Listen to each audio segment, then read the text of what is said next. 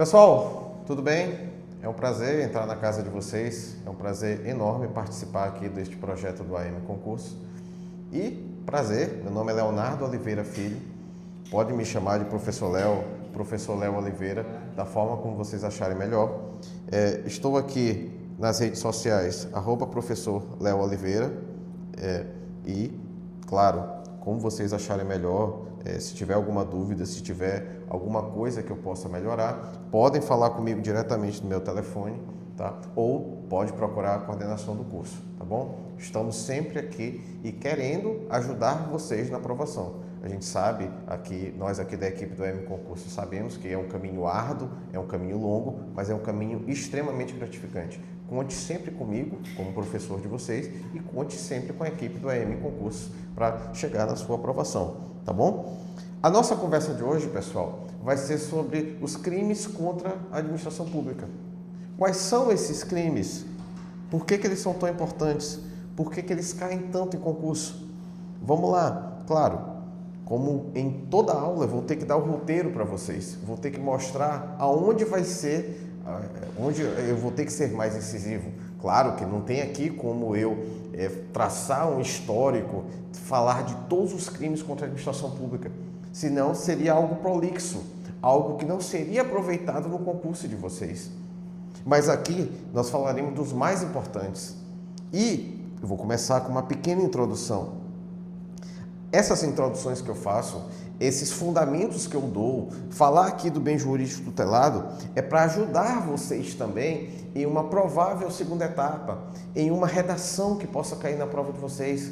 Você citar essas coisas, você trazer numa redação isso daí em uma questão provável de segunda etapa, você vai fazer os olhos do examinador brilhar. Você vai ficar muito à frente dos seus concorrentes, tá bom? Então, claro, isso também pode cair numa prova de primeira etapa. A minha missão aqui com vocês é trazer a mais completa preparação possível, certo? Elemento subjetivo, vamos falar de dolo, tá? Vou trazer para vocês uma pequena diferenciação. O que é dolo, o que é culpa? Vou até ajudar vocês a interpretar melhor algumas notícias que saem por aí. Será que fulano quis aquele resultado? Será que fulano não quis aquele resultado? Vamos lá, vai ser bacana aqui. Claro que essa aula, ela acompanha todo o resto do curso, tá? E se for preciso, vocês podem falar comigo que eu gravo uma aula explicitando melhor essa questão de dolo e culpa, mas acredito que com o que eu vou falar para vocês, vocês com certeza irão acertar 90% das questões que caem sobre isso, tá? Vou falar aqui o que é o funcionário público. Será que todo funcionário público pode ser abarcado pelos crimes contra a administração pública? Será que se um particular cometer o mesmo ato do funcionário público, ele será penalizado tal qual o funcionário público? Não sei, vamos ver. Não vou dar spoiler para vocês não, tá certo? E vamos falar dos crimes em espécie. O peculato. Vou falar também aqui da concussão, corrupção passiva, prevaricação, corrupção ativa e denunciação caluniosa. Vou falar, claro, pessoal, dos crimes mais importantes. Vou falar daqueles que mais têm incidência em concurso. Às vezes eu não preciso falar de todos os crimes, às vezes um crime que nunca caiu, certo? Se cair no concurso de vocês, com o que eu já dou aqui para vocês, vocês vão com certeza acertar, tá bom? E vamos lá. Pessoal, algo a se falar desses crimes é que as penas são extremamente baixas. Você vai ver, professor, mas uma pessoa aqui, por exemplo, um peculato, a pena é de 4 a 12 anos. Mas, gente, no Brasil, isso eu posso falar para vocês da minha experiência, no Brasil é muito difícil alguém pegar acima da pena mínima. Por isso que às vezes a gente vê na imprensa, fulano de tal pode pegar até 100 anos de prisão. Porque se somar todos os crimes, a pena máxima de todos os crimes poderia dar isso. Mas não. No Brasil, são tantos processos que o juiz julga e o juiz teria que fundamentar tão bem para poder dar uma pena acima do mínimo que dificilmente uma pessoa pega acima do mínimo.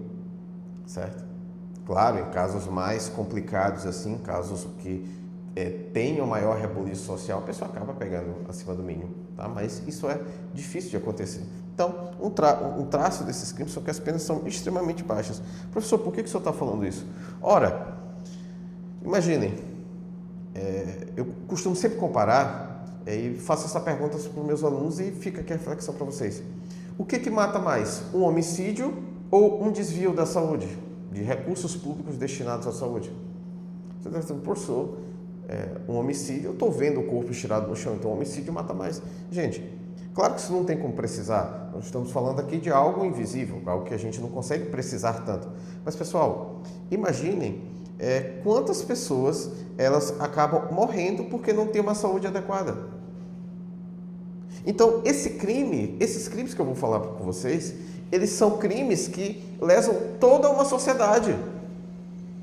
Inclusive, esse é algo que ele é particular desses crimes. Praticamente só esses crimes têm isso, que eles atingem toda uma coletividade de pessoas, atinge eu, atinge você, atinge o Cauã que está gravando aula aqui comigo, atinge os outros professores daqui do AM Concurso, atinge todo mundo que você olha ao seu redor é atingido por esses crimes, inclusive o próprio infrator.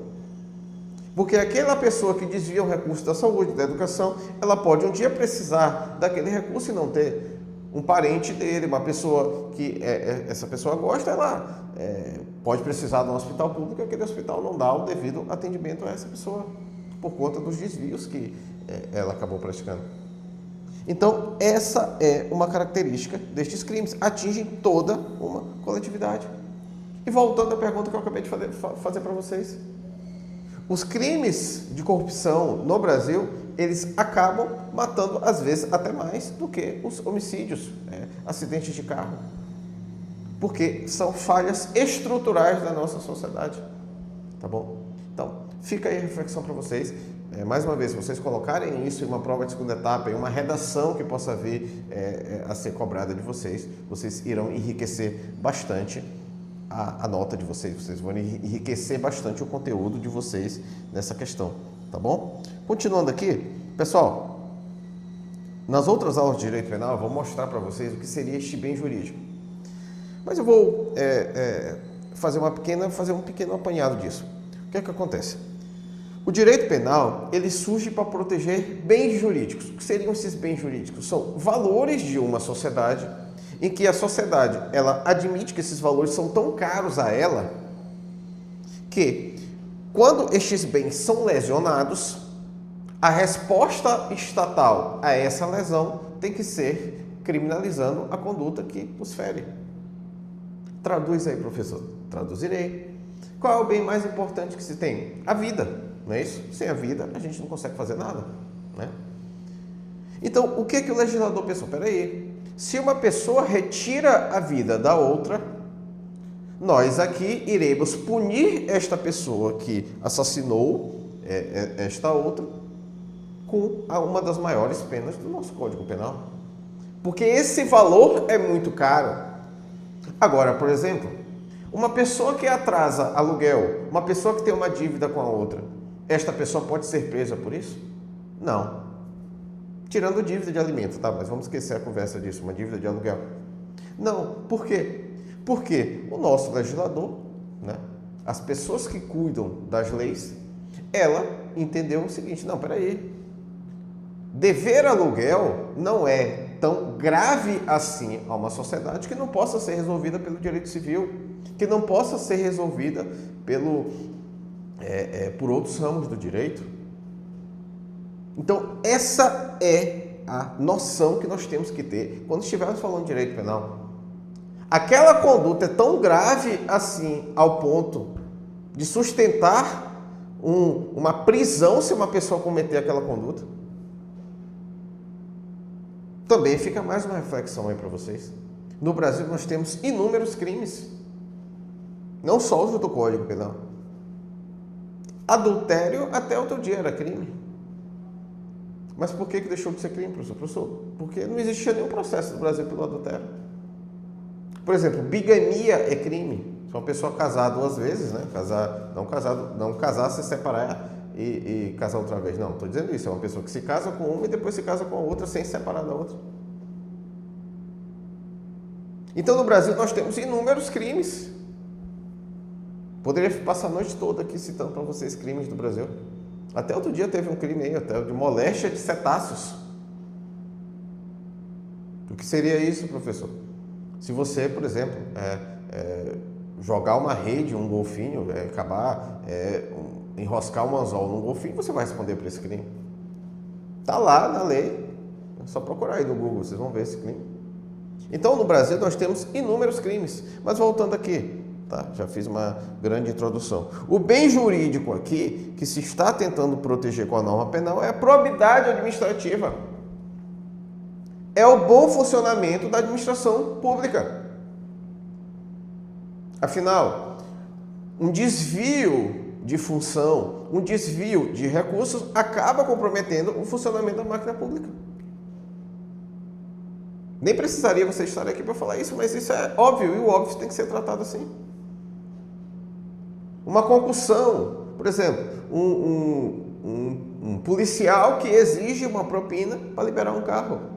Não, o policial está ali para cumprir a lei, ele não está ali para se locupletar indevidamente de recursos. Para isso ele recebe seu salário. Tá? E a probidade administrativa é a moralidade, a ética, a boa conduta, o dever de retidão e caráter. Gente, às vezes eu vejo até umas pessoas deturpando alguns conceitos. É dever da administração tratar bem seus administrados. Tem gente que não nasceu para atender público, claro, até entendo isso. Mas se uma pessoa ela quer levar o conhecimento da administração algo, né? Por exemplo, quer pedir uma certidão, às vezes até no fórum a gente sofre isso, nós como advogados, né? Se ela quer pedir uma certidão, uma informação do processo, a pessoa que está ali dando essa informação não está prestando um favor, não. Ela está ali sendo remunerada para isso. E vocês, futuros aprovados, quando estiverem na função pública, é uma coisa que eu sempre falo para meus alunos. Pessoal, quando você estiver na função pública, o seu CPF fica em casa. A partir do momento que você veste a farda e passa a trabalhar, você não tem mais CPF, você tem matrícula. O servidor público, ele exerce uma função pública. Parece óbvio, mas muita gente não tem essa concepção. Ela não está ali prestando favor. Ela não está ali para ser boazinha, nem má. Ela está ali para cumprir a lei. E daí advém, nas aulas de administrativo vocês vão ver isso muito bem, o princípio da impessoalidade. É que você tem que tratar todos de forma igual. Não pode um funcionário público querer dar privilégios a alguma pessoa ou alguma outra. Ou desprivilegiar uma pessoa ou outra. Então, é isso e já me alonguei demais aqui, é isso que tem que ser colocado em discussão. Claro que os crimes contra a administração pública ferem isso. Uma corrupção ativa e passiva, claro, já a gente vai ver a diferença. Essa corrupção fere de morte a probidade administrativa.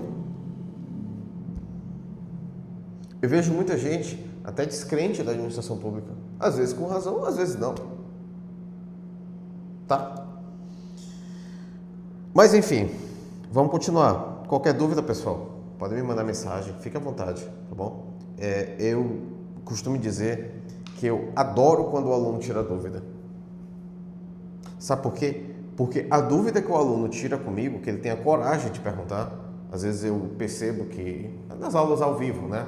Quando eu dou aula com vários alunos, eu percebo que o aluno, às vezes ele tem até uma certa vergonha, porque, querendo ou não, você está ali com outros concorrentes, né? Mas eu me coloco à disposição para tirar quaisquer dúvidas.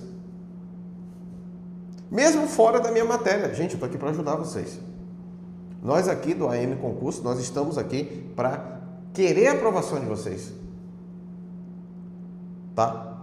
Então, mais uma vez me coloco à disposição. Ou, claro, se vocês quiserem tirar dúvida minha com algum outro professor de alguma outra matéria jurídica, né, fique à vontade também, certo? Descendo aqui.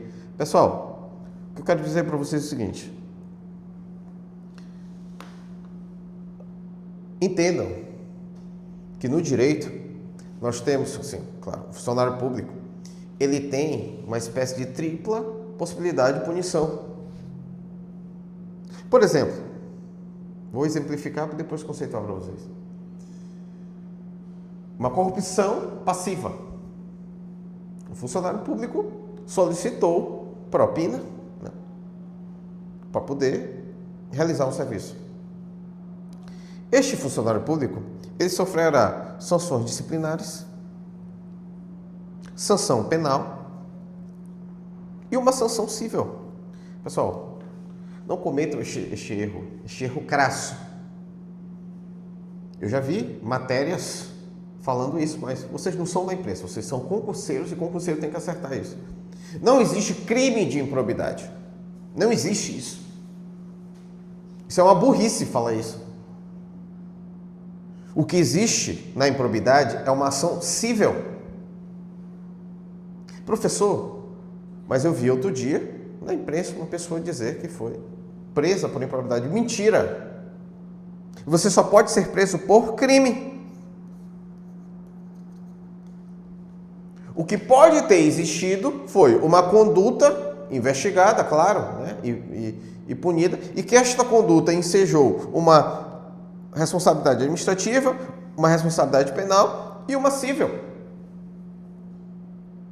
São 3 esferas de punição. Na esfera administrativa, o funcionário ele pode ser demitido. Na penal, ele pode ser preso. E na civil, ele pode sofrer uma multa, perder seus direitos políticos e por aí vai. Na aula de improbidade, vocês irão ver as punições para os casos de improbidade. Parafraseando um grande juiz filósofo, que eu não me lembro o nome, cada um no seu quadrado. Cada um no seu quadrado. A esfera administrativa na esfera administrativa. Aqui teremos um PAD, um processo administrativo disciplinar. A pessoa vai ser julgada pelos seus pares. Muito provavelmente, por exemplo, uma guarda municipal. Quem julgará o PAD vai ser uma comissão julgadora, muito provavelmente composta por outros guardas municipais. Muitos órgãos, os órgãos maiores já têm uma comissão especializada só em processo administrativo disciplinar, tem um setor só para isso. Na esfera penal, a pessoa vai ser julgada por um juiz, assim como na esfera civil também vai ser julgada por um juiz. Não necessariamente o mesmo juiz da ação penal, né? Outro juiz, talvez. Tá? Então, pessoal, essa é a tripla punição a que um funcionário público está sujeito.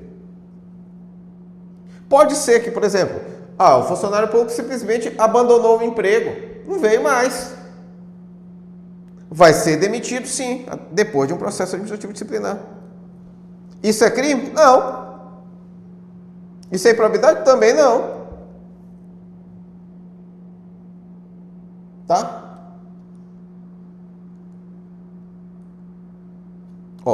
Vamos aqui para o fundamento constitucional. Pessoal, tem uma dica que eu dou para vocês também. Em todo direito, não existe nada acima da Constituição. A Constituição, ela é a capitã do nosso ordenamento jurídico. Ela é a capitã e o técnico, é o mais importante, né? E aquele que manda em todos os outros ramos do direito. Não existe nenhum direito sem o seu fundamento constitucional. Até uma analogia que faz, né, isso aí foi criado por Kelsey, é uma pirâmide. A Constituição ela está aqui no ponto principal dessa pirâmide E todas as outras leis estão abaixo dela. Então, por exemplo, na aula de princípios a gente deve ver isso. Por exemplo, o princípio que diz: não há crime sem lei anterior que o defina. Não há pena sem prévia combinação legal. Este princípio está na Constituição. Quer dizer, então, que uma pessoa pode ser punida por um crime que ainda não existe? Claro que não. Óbvio que não. Então saibam disso. Por exemplo, o Código Civil. O Código Civil retira seu fundamento da Constituição. Professor, e se uma lei ela for contra a Constituição? Ela vai ser retirada do ordenamento jurídico. Como isso acontece, professor? Através de uma ação direta de constitucionalidade. E quem vai julgar isso vai ser o Supremo Tribunal Federal. Vocês não têm noção de quantos processos o Supremo julga. Isso aqui é debate político, tá, pessoal? Longe disso. Tá? Mas o Supremo julga praticamente todo dia processo com relação a isso. Com relação à ação direta de constitucionalidade. Esse é o papel do Supremo. O papel principal do Supremo é esse. Deveria ser só esse, claro, né? Mas enfim, parei por aqui. E o fundamento constitucional dos crimes contra a administração pública é os princípios, legalidade, olha o princípio que eu acabei de falar para vocês: impessoalidade, moralidade, publicidade e eficiência. Claro que um crime contra a administração pública, ele fere esses princípios. Tá. E continuando aqui. Pessoal, deixa eu falar aqui o que é elemento subjetivo. Professor, o que é isso? Subjetivo no direito está relacionado ao sujeito. Um elemento subjetivo é justamente aquilo que o sujeito queria quando estava praticando aquela ação. Vou dar um exemplo aqui para vocês. Entra uma pessoa por esta porta e diz assim: eu vou matar o professor Leonardo. Saca a arma e atira. Só que eu sou mais rápido e consigo desviar. Eu vou me embora, pulo aqui pela janela e vou embora. Esta pessoa não conseguiu, ela teria então uma tentativa de homicídio, não é isso? Ele quis aquilo. Falou, verbalizou. Agora vamos ver um outro caso. Fulano, vou botar aqui, fulano. Uma pessoa, ela é concurseira. Está sem dinheiro ainda não passou no concurso, está sem dinheiro. Essa pessoa está indo para o preparatório de concurso, né? Só que seus pneus estão carecas e ela está sem dinheiro para trocar. Tem um dia que cai uma chuva muito forte, os pneus dessa pessoa careca, ela não consegue frear e acaba por atropelar e matar uma pessoa. O que vocês me dizem? Ela queria aquilo ali ou não queria? Óbvio que não, gente. Óbvio que ela não queria. Mas o resultado aconteceu. Ela agiu por culpa. Está aí a diferença entre dolo e culpa. No dolo, o agente tem uma vontade livre e manifesta de querer aquele resultado. Na culpa, a pessoa ela acaba agindo, mas o resultado ocorre porque ela ocorre sem querer, sem a pessoa querer. Professor, qual a diferença disso? Brutal. É brutal a diferença. Tanto no quantum da pena quanto nas consequências. É a diferença entre um crime e uma fatalidade. Deixa eu mudar aqui para vocês o exemplo. Uma pessoa, ela olha um celular e pega esse celular e leva. Furto, né? Furto. Agora, eu estou aqui, estou em uma sala de aula, né? Um aluno deixa o celular dele perto do meu. Igualzinho. Mesmo modelo, mesma cor, mesmo tudo. Eu pego o celular achando que é meu e levo para casa. Quando eu chego em casa que eu olho, a proteção de tela, eu vejo, ixi, não é o meu, e agora? Eu vou responder por furto culposo? Pessoal, é claro que não, sabe por quê? Porque furto culposo não existe no nosso Código Penal. Até é um macete que eu dou para vocês aqui. Quando você estiver diante de uma questão, por exemplo, fulano de tal furtou. Se a questão não falar nada, você vai presumir que é dolo. Agora, se a questão falar em negligência, imprudência, imperícia, falar a palavra culpa, aí você vai entender que é algo culposo. Eu falo isso para você, gente, porque assim, a gente aqui no AM Concurso, a gente tem bastante experiência nessa área. E já teve aluno que chegou para tu, professor, mas isso aqui não está claro que se é dolo ou culpa. Gente, na dúvida é dolo. A questão não vai dar tudo de bandeja para vocês, né? Ela vai ter que dizer o mínimo, claro, né? Para você conseguir saber onde você está, mas de bandeja ela não vai dar tudo. A banca não vai te dar tudo, né? Então, em regra, no Código Penal, quando vocês abrirem aí a concussão, o peculato, se não falar nada, vai ser um crime doloso. Então vamos firmar esse compromisso aqui. O crime culposo eu vou ter que citar. Já até adianto para vocês. O peculato, podem até anotar aí, pausem a aula agora e anotem. O peculato é o único crime culposo contra a administração pública. Anotem isso daí, se vocês quiserem, até uma dica que eu dou para vocês. Façam frases, né? Às vezes, perto da prova, você pode até dar uma lida nessas frases, assim. Isso salva bastante, viu? Somente o peculato admite a modalidade culposa nos crimes contra a administração pública. Professor, o senhor pode citar outros crimes? Claro, o homicídio. O peculato, né, que eu falei para vocês. Professor, existe tráfico de drogas culposo? Eu não diria que o tráfico de drogas culposo existe, mas existe uma prescrição culposa de uma droga, às vezes que o paciente não precisava. Existe sim. Crime da lei de drogas. Incêndio culposo. Existe. Às vezes crimes contra a calamidade pública tem alguns culposos, tá?